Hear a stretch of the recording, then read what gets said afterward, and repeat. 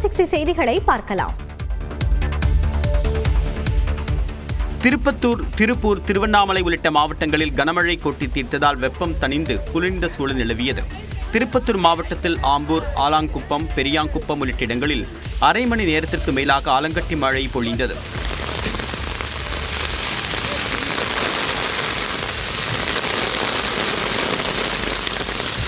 விண்ணமங்கலத்தில் உள்ள நாகலம்மன் கோவில் வளாகத்தில் இருந்த பூவரச மரம் கனமழையால் முறிந்து வீட்டின் மீது விழுந்தது. அதே பகுதியில் உள்ள தண்டுமாரியம்மன் கோவில் அருகில் இருந்த ஆலமரமும் கனமழையின் காரணமாக வேருடன் சாய்ந்து கோவில் மீது விழுந்தது. திருவண்ணாமலை மாவட்டத்தில் ஆரணி, சேவூர், குன்னத்தூர், காமக்கூர் உள்ளிட்ட இடங்களில் காற்றுடன் கனமழை கொட்டி தீர்த்தது. பலத்த காற்று காரணமாக மேல்நகர் கிராமத்திற்கு சென்று கொண்டிருந்த மினி பேருந்து மீது புளிய மரம் சாய்ந்ததில் ஓட்டுநர் உட்பட 10க்கும் மேற்பட்டோர் காயமடைந்தனர். திருப்பூர் மாவட்டத்தில் செங்கப்பள்ளி, பெருமாநல்லூர், சர்க்கார், பெரியபாளையம் உள்ளிட்ட இடங்களில் மாலை நேரத்தில் பலத்த மழை பெய்தது. இதன் காரணமாக வாகன ஓட்டிகள் மின் விளக்குகளை ஒளிரவிட்டபடி சென்றனர். ஈரோட்டில் கருங்கல்பாளையம், மூலப்பாளையம், வீரப்பன்சத்திரம் உள்ளிட்ட இடங்களில் 1 மணி நேரத்திற்கு மேலாக பெய்த மழையின் காரணமாக சாலைகளில் தண்ணீர் சூழ்ந்தது. நீலகிரி மாவட்டத்தில் தேவாலா சுற்று வட்டாரத்தில் 1 மணி நேரத்திற்கு மேலாக இடியுடன் கூடிய கனமழை பெய்தது. இதனால் சாலைகளில் மழைநீர் பெருக்கெடுத்து ஓடியது.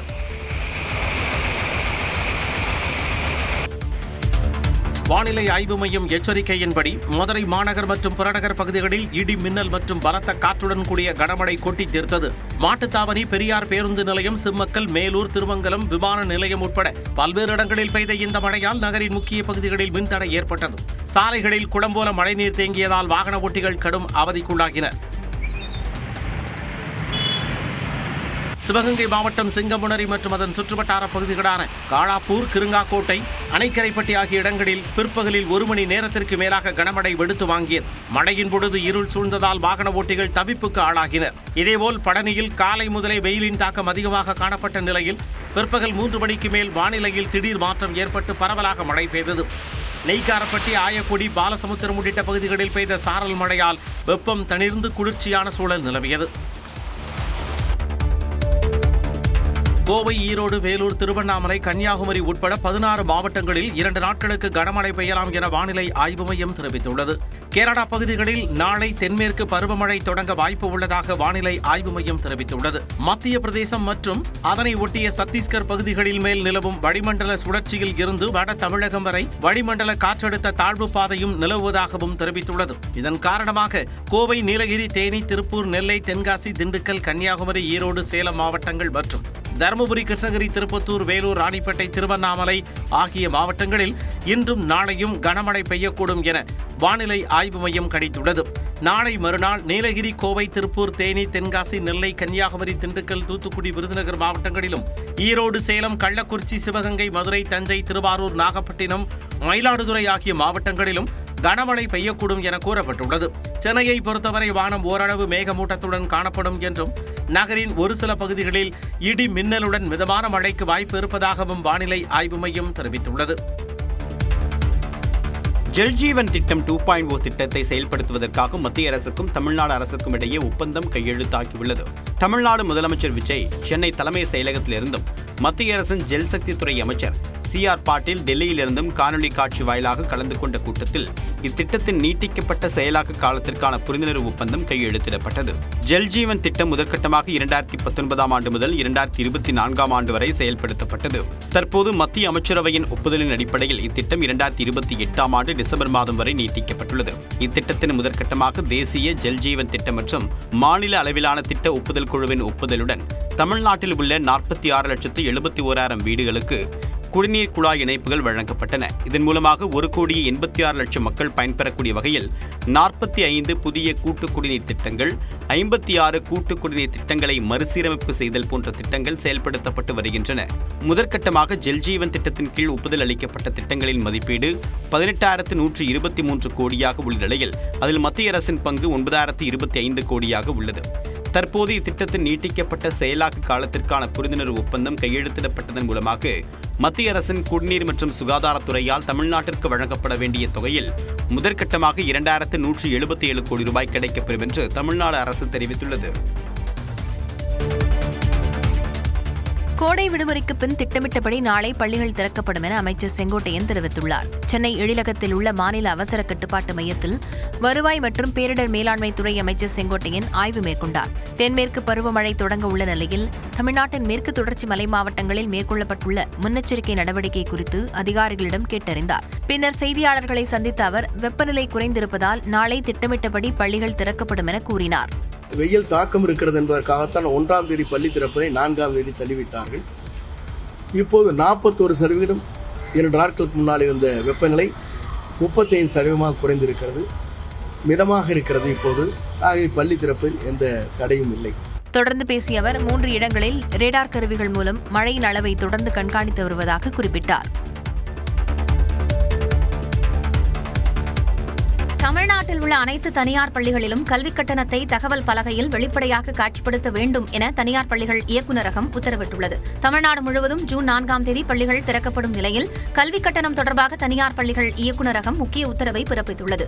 அதன்படி தமிழகத்தில் உள்ள தனியார் மெட்ரிக் பள்ளிகள், சிபிஎஸ்இ பள்ளிகள், அரசு உதவி பெறும் பள்ளிகளில் கல்விக் கட்டண விவரத்தை வெளிப்படையாக தெரிவிக்க வேண்டும் என்றும், மாணவர்கள் மற்றும் பெற்றோர்கள் தெரிந்து கொள்ளும் வகையில் தனியார் பள்ளி நிர்வாகங்கள் கல்விக் கட்டண விவரத்தை தகவல் பலகையில் காட்சிப்படுத்த வேண்டும் என்றும் தெரிவிக்கப்பட்டுள்ளது. இதேபோல் வகுப்பு வாரியாக கல்விக் கட்டணத்தை இணையதளத்திலும் மாணவர்களுக்கு வழங்கும் விண்ணப்ப படிவத்திலும் அச்சடித்து வழங்க வேண்டும் என்றும் தனியார் பள்ளிகள் இயக்குநரகம் உத்தரவிட்டுள்ளது. இந்த விதிகளை தனியார் பள்ளிகள் பின்பற்றுவதை மாவட்ட கல்வி அதிகாரி உறுதி செய்ய வேண்டும் என்றும் தனியார் பள்ளிகள் இயக்குநரகம் அறிவுறுத்தியுள்ளது. திருவண்ணாமலையில் கிரிவலம் சென்றுவிட்டு திரும்பிய 2 பெண்களை ஆபாச படம் எடுத்து பாலியல் தொந்தரவு கொடுத்ததாக 8 பேர் கைது செய்யப்பட்டனர். தருமபுரி மாவட்டத்தைச் சேர்ந்த திருமணமான பெண் ஒருவர் தனது நண்பர்களுடன் கடந்த 30ஆம் தேதி திருவண்ணாமலையில் கிரிவலம் மேற்கொண்டார். இவர் கிரிவலம் முடித்துவிட்டு தனது இருசக்கர வாகனத்தில் செங்கம் சாலை வழியாக தருமபுரிக்கு திரும்பிக் கொண்டிருந்தார். பெரிய கோளாப்பாடி பாறை அருகே அடையாளம் தெரியாத நபர்கள் கத்தி உள்ளிட்ட ஆயுதங்களை காட்டி மிரட்டி அவர் அணிந்திருந்த 2 சவரன் நகைகளை பறித்ததோடு அவரை ஆபாசமாக வீடியோ எடுத்து அனுப்பிவிட்டனர். மறுநாள் அதே நபர்கள் அந்த பெண்ணை தொடர்பு கொண்டு 1 லட்சம் ரூபாய் பணம் கேட்டு மிரட்டிவிட்டனர். அவ்வாறு பணம் தரவில்லை என்றால் அந்த பெண்ணின் ஆபாச படங்களை வெளியே விடுவோம் என மிரட்டியதால் முதற்கட்டமாக 4000 ரூபாய் அனுப்பியுள்ளார். மேலும் தொந்தரவு கொடுத்ததால் பாதிக்கப்பட்ட பெண் காவல்துறைக்கு புகார் அளித்துள்ளார்.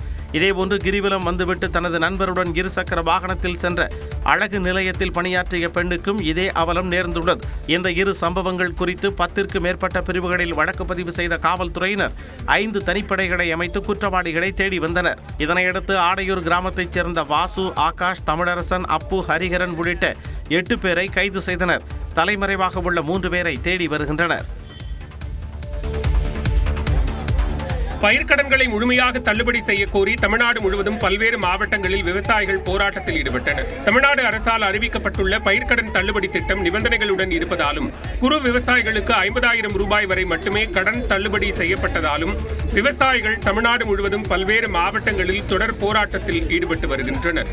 அந்த வகையில் திருவாரூர் மாவட்ட ஆட்சியர் அலுவலகம் எதிரே பட்டை நாமம் போட்டும் மண்சட்டி ஏந்தியும் 500க்கும் மேற்பட்ட விவசாயிகள் போராட்டத்தில் ஈடுபட்டனர்.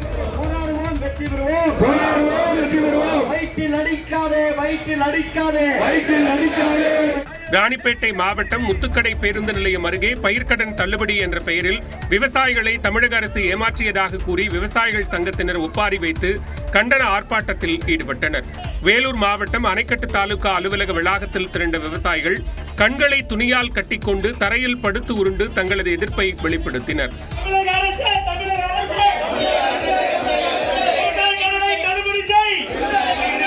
இதேபோன்று நாகை மாவட்டம் திருவிடைமருதூர் தொடக்க கூட்டுறவு வங்கியை விவசாயிகள் முற்றுகையிட்டு போராட்டத்தில் ஈடுபட்டனர். தமிழ்நாடு சட்டப்பேரவை செயலாளர் சீனிவாசன் தன்னுடைய பதவியை ராஜினாமா செய்தார். தமிழ்நாடு சட்டப்பேரவை செயலாளராக கடந்த 2018ஆம் ஆண்டு அதிமுக ஆட்சி காலத்தில் சீனிவாசன் நியமிக்கப்பட்டார். அப்போதைய சபாநாயகர் தனபாலின் தனி செயலாளராக பணியாற்றிய சீனிவாசன் பதவி உயர்வு பெற்று சட்டப்பேரவை செயலாளராக நியமிக்கப்பட்டார். கடந்த 2023ஆம் ஆண்டு சீனிவாசன் ஓய்வு பெற்ற நிலையில் 25 ஆண்டுகளுக்கு மேலாக சட்டப்பேரவை பணிகளில் அனுபவம் கொண்டிருந்ததால் மேலும் 3 ஆண்டுகளுக்கு அவருடைய பணிக்காலத்தை நீட்டித்து அப்போதைய முதலமைச்சர் மு க ஸ்டாலின் உத்தரவிட்டார். தமிழ்நாடு சட்டமன்ற தேர்தலில் ஆட்சி மாற்றம் ஏற்பட்டு தாவேக ஆட்சி அமைத்திருக்கூடிய நிலையில் சட்டப்பேரவை செயலாளர் பதவியிலிருந்து திடீரென்று சீனிவாசன் விலகியுள்ளார். சென்னை தலைமை செயலகத்தில் சபாநாயகர் ஜே.சி.டி. பிரபாகரை சந்தித்து அவர் ராஜினாமா கடிதத்தை வழங்கினார். வரக்கூடிய செப்டம்பர் மாதத்துடன் சீனிவாசன் பதவிக்காலம் நிறைவு பெறக்கூடிய நிலையில் 3 மாதங்களுக்கு முன்பாகவே தன்னுடைய பதவியை அவர் ராஜினாமா செய்துள்ளார். பழனிசாமி அவர்களை சந்திக்கவும் அப்போ நேரம் கேட்கப்பட்டது. ஆனால் ஒரு சில தலைவர்கள் அவர்களுடைய சூழ்நிலை கருதி, அவர்களுடைய தனிப்பட்ட சூழ்நிலை கருதி அவர்கள் இப்போதைக்கு வேண்டாம், நாங்களே தோல்வியுற்று இருக்கிறோம், இந்த டைமில் சந்திச்சா நன்றாக இருக்க, தோல்வியுற்று இருக்கிற நேரத்தில் சந்திக்க வேண்டாம் என்று அவர்கள் அதை அப்போதைக்கு அந்த அப்பாயின்மெண்ட்டை கன்ஃபார்ம் பண்ணலை. அதிமுக பொதுச் செயலாளர் எடப்பாடி பழனிசாமியை தவிர்த்துவிட்டு எஸ்பி வேலுமணி தரப்பினரை முதலமைச்சர் விஜய் நேரில் சந்தித்தது ஏன் என்று சட்டத்துறை அமைச்சர் நிர்மல்குமார் அளித்த விளக்கம்தான் இது. சென்னையில் செய்தியாளர்களிடம் பேசிய அவர், ரீல்ஸ் போட்டு ஆட்சிக்கு வந்து ரீல் விட்டு ஆட்சியை தொடரலாம் என்ற முதலமைச்சர் விஜயின் பகல் கனவு பலிக்காது என டிடிவி தினகரன் விமர்சித்தது குறித்த கேள்விக்கும் பதிலளித்தார். டிடிவி அவர்கள் அவருடைய அரசியல் வாழ்க்கையில் லாஸ்ட் 9 வருஷம் அவர் என்ன பண்ணார்னு அவர் தன்னைத்தானே ஒரு ரீவிசிட் பண்ண வேண்டிய சூழ்நிலையில் இருக்கணும். நான் பழனிசாமியுடன் சேர்றதுக்கு பதிலாக நான் அதுக்கு தூக்குலே தொங்கிடலான்னாரு. இப்போ கடைசியிலவே அண்ணன் பழனிசாமி முதல் வாக்கேன்னு ஒரே ஒரு எம்எல்ஏ தூக்கிட்டு போய் அவர் கவர்னர் மாளிகையில் நின்றுட்டு இருக்காரு. அவரெல்லாம் பேசாமல் அரசியல் விட்டு ஒதுங்கிறது திரு டிடிவி அவர்களுக்கு மிகவும் நல்லது. பயிர்க்கடன் தள்ளுபடி மூலம் 80 விழுக்காட்டுக்கும் மேல் விவசாயிகள் பயனடைந்துள்ளதாகவும் அமைச்சர் நிர்மல்குமார் தெரிவித்தார். திருச்சியில் உடல் மொழியுடன் பேசிய முதலமைச்சர் விஜய்க்கு சட்டமன்றத்தில் அது எங்கே போனது என்று திமுக துணை பொதுச் செயலாளர் ராசா கேள்வி எழுப்பியுள்ளார். சென்னையில் செய்தியாளர் பேசிய அவர், நக்கல் நையாண்டியுடன் பேசுவது முதலமைச்சர் இருக்கைக்கு அழகல்ல என்றும் தெரிவித்தார். சட்டமன்றத்திற்குள்ளே தளர்வு, சோர்வு, தயக்கம், மயக்கம், இயலாமை. ஆனால் திருச்சியில் ஏன் இந்த வீரவசனம்? அந்த வசனத்தை எழுதி கொடுத்தது யார்? தாவேகாவில் சாதி மதம் பார்த்து வேட்பாளர்களை நிறுத்தவில்லையா என்றும் ராசா வினவினார். அந்த அல்லு சில்லு வீட்டுக்கு நீங்களே போய் சால்வை போட்டு அவங்களோட ஓட்டை வாங்கினீங்களே, அந்த அல்லு சில்லுகிட்ட போய் கெஞ்சி கூத்தாடினது தில்லுமுல்லா அரசியல் அநாகரிகமா? திமுக அதிமுக கூட்டணி பேச்சு குறித்த கேள்விக்கு கட்சியின் 2ஆம் கட்ட தலைவர்கள் பேசி இருக்கலாம் என்று ராசா பதிலளித்தார். திமுகவிலையோ அதிமுகவிலையோ 2ஆம் கட்ட 3ஆம் கட்ட தலைவர்கள் இது என்ன ஒரு புதுசாக இருக்கிற தமிழ்நாட்டுக்கு இது நல்லதா? ஏன் நம்ம திராவிட சித்தாந்தத்தில் ஒன்று தானே அப்படின்னு முயற்சி பண்ணி பேசியிருக்கலாம். ஜனநாயகத்தில் பேசக்கூடாதுன்னு ஒன்று கிடையாது. மேகதாது விவகாரத்தில் DK சிவகுமாரின் கருத்துக்கு முதலமைச்சர் விஜய் எதிர்வினையாற்றாதது ஏன் என்றும் ராசா வினவினார்.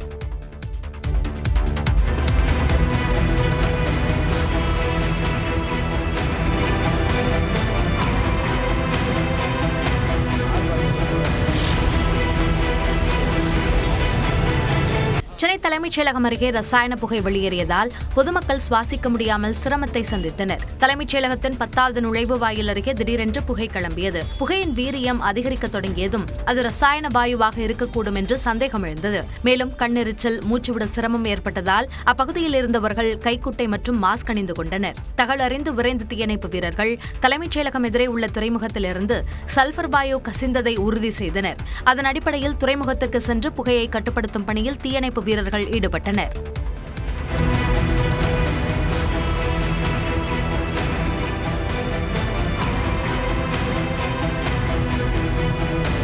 அதிக வெப்பத்தால் துறைமுகத்தில் சேமித்து வைக்கப்பட்ட சல்பர் வேதி மாற்றம் அடைந்ததாக தீயணைப்புத்துறை அதிகாரி சத்யநாராயணன் விளக்கமளித்துள்ளார். உண்மையிலே சல்பர் ஃபயர் ஆகி இருந்திருந்தா கண்டிப்பா சிரமம் தான். பப்ளிக் யாரு சுவாசிச்சாலும் வரும், பிரச்சனை வரும். இப்ப அந்த மாதிரி இல்லைன்றத உறுதிப்படுத்திட்டோம். துறைமுக நிர்வாகத்தின் அலட்சியத்தால் சல்பர் வேதி மாற்றம் அடைந்து வாயு கசிந்திருக்க கூடும் என பூவுலகின் நண்பர்கள் அமைப்பின் சவுந்தரராஜன் குற்றம் சாட்டியுள்ளார். தமிழ்நாட்டில் நேற்று 10 இடங்களில் வெயில் சதமடித்தது. கத்திரி வெயில் எனப்படும் உக்கிர வெயில் காலம் முடிந்த நிலையில் தமிழ்நாட்டில் வெயில் சுட்டெரித்து வருகிறது. அந்த வகையில் நேற்று அதிகபட்சமாக வேலூர், சென்னை மீனம்பாக்கம் பகுதிகளில் தலா 104 டிகிரி ஃபாரன்ஹீட் அளவுக்கு வெப்பம் பதிவானது. கரூர் பரமத்தியில் 103 டிகிரியும், தஞ்சை, சென்னை நுங்கம்பாக்கத்தில் தலா 102 டிகிரி ஃபாரன்ஹீட் வெப்பம் பதிவாகியுள்ளது. திருச்சி, திருத்தணி, பாளையங்கோட்டையில் தலா 101 டிகிரியும், நாமக்கல், மதுரை விமான நிலையத்தில் தலா 100 டிகிரி ஃபாரன்ஹீட் வெப்பமும் பதிவானது. இந்நிலையில் தமிழ்நாட்டில் வரும் 6ஆம் தேதி வரை அதிகபட்ச வெப்பநிலை இயல்பை ஒட்டியே இருக்கக்கூடும் என்று வானிலை ஆய்வு மையம் தெரிவித்துள்ளது.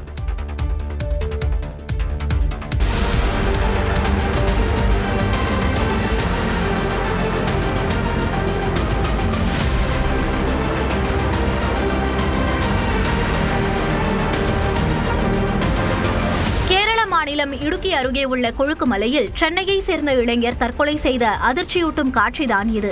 சென்னை அபிராமிபுரத்தை சேர்ந்த திராவணேஷ் என்ற 25 வயது இளைஞர் இடுக்கி அருகே சின்னக்கானல் பகுதியில் உள்ள கொழுக்குமலைக்கு சென்றுள்ளார். இந்நிலையில் சிம்மப்பாறை முகட்டில் ஏறி நின்ற திராவணேஷ் திடீரென கீழே குதித்து தற்கொலை செய்துள்ளார்.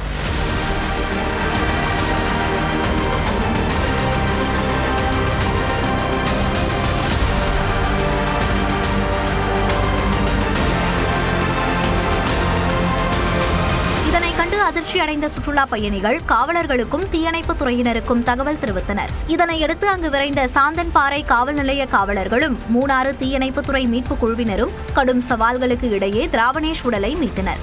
காவலர்கள் நடத்திய முதற்கட்ட விசாரணையில் காதல் தோல்வியால் திராவணேஷ் தற்கொலை செய்திருக்கலாம் என தெரியவந்துள்ளது. குன்னூரில் நகை கடைக்குள் புகுந்த திருட்டு கும்பல் தங்க நகை என நினைத்து கவரி நகைகளை திருடிச் சென்ற சுவாரஸ்ய சம்பவம் அரங்கேறியுள்ளது. நீலகிரி மாவட்டத்தைச் சேர்ந்த நண்பர்களான பால்ராஜ், மாரிமுத்து ஆகிய இருவரும் குன்னூரில் உள்ள செல்போன் கடைக்குள் அதிகாலை 2 மணிக்கு புகுந்து 6 செல்போன்களை திருடினர். அதனைத் தொடர்ந்து நகை கடையை கண்ட அவர்கள் பூட்டை உடைத்து உள்ளே புகுந்து அங்கே இருந்த நகைகளை அவசர அவசரமாக அள்ளிச் சென்றனர். நகைகளை அள்ளிய வேகத்தில் தாங்கள் திருடி வைத்திருந்த 6 செல்போன்களையும் அந்த கடையிலேயே மறந்து வைத்துவிட்டு அவசரமாக தப்பியோடினர். பின்னர் உரிமையாளர்கள் காவல் நிலையத்தில் புகார் அளித்த நிலையில் இருவரும் கைது செய்யப்பட்டனர். தங்கம் என நினைத்து தாங்கள் திருடிச் சென்ற நகைகள் அனைத்தும் கவரிங் என தாமதமாகவே அவர்களுக்கு தெரிய வந்ததும் விசாரணையில் கண்டுபிடிக்கப்பட்டது. தங்கத்திற்கும் கவரிங்கிற்கும் வித்தியாசம் தெரியாமல் திருடி இருவர் மாட்டிக்கொண்ட சம்பவம் அப்பகுதியில் பேசுபொருளாகியுள்ளது.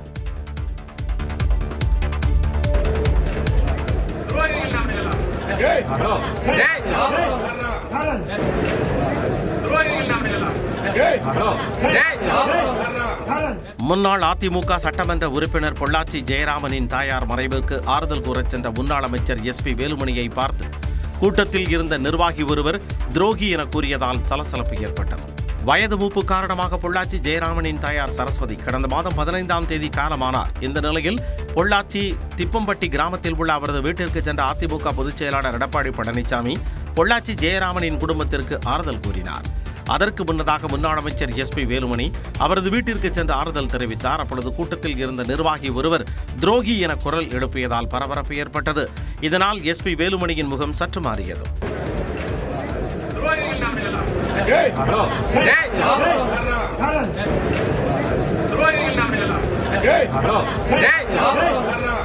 இதனிடையே கோவைக்கு சென்ற எடப்பாடி பழனிசாமிக்கு புதிதாக நியமிக்கப்பட்ட கோவை புறநகர் மாவட்ட செயலாளர் மா வேலுச்சாமி உள்ளிட்டோர் சிறப்பான வரவேற்பு அளித்தனர். ஆனால் முன்னாள் அமைச்சர் SP வேலுமணி வரவில்லை. கோவைக்கு எப்பொழுதெல்லாம் EPS வருகிறாரோ அப்பொழுதெல்லாம் வரவேற்பதும் வழி அனுப்புவதுமாக இருந்த SP வேலுமணி நேற்று வராதது பேசுபொருளாகியுள்ளது. சென்னை கோயம்பேட்டில் பாரில் ஏற்பட்ட தகராறில் ஏற்கனவே இளம்பெண் ஒருவர் உயிரிழந்த நிலையில் சிகிச்சை பெற்று வந்த சிறுமியும் உயிரிழந்தார். விழுப்புரம் மாவட்டம் அனிச்சங்குப்பம் இலங்கை அகதிகள் முகாமைச் சேர்ந்த 18 வயது யான்சிக்கு சென்னையை சேர்ந்த 17 வயது சிறுமியுடன் சமூக வலைதளம் மூலம் பழக்கம் ஏற்பட்டுள்ளது. சென்னை வந்த யான்சியை அந்த சிறுமி மற்றும் அவரது நண்பர்கள் கோயம்பேட்டில் உள்ள பாருக்கு சனிக்கிழமை இரவு அழைத்துச் சென்றனர். அப்போது பாரில் நடனமாடிய போது மற்றொரு தரப்பினருடன் தகராறு ஏற்பட்டுள்ளது. பார் உரிமையாளர்கள் இரு தரப்பினரையும் வெளியேற்றிய நிலையில் அங்கும் தகராறு ஏற்பட்டுள்ளது. இதில் எதிர் தரப்பினர் யான்சி மற்றும் சிறுமி சென்ற இருசக்கர வாகனம் மீது காரை மோதியதாக தெரிகிறது. இதில் யான்சி சம்பவ இடத்திலேயே உயிரிழந்தார்.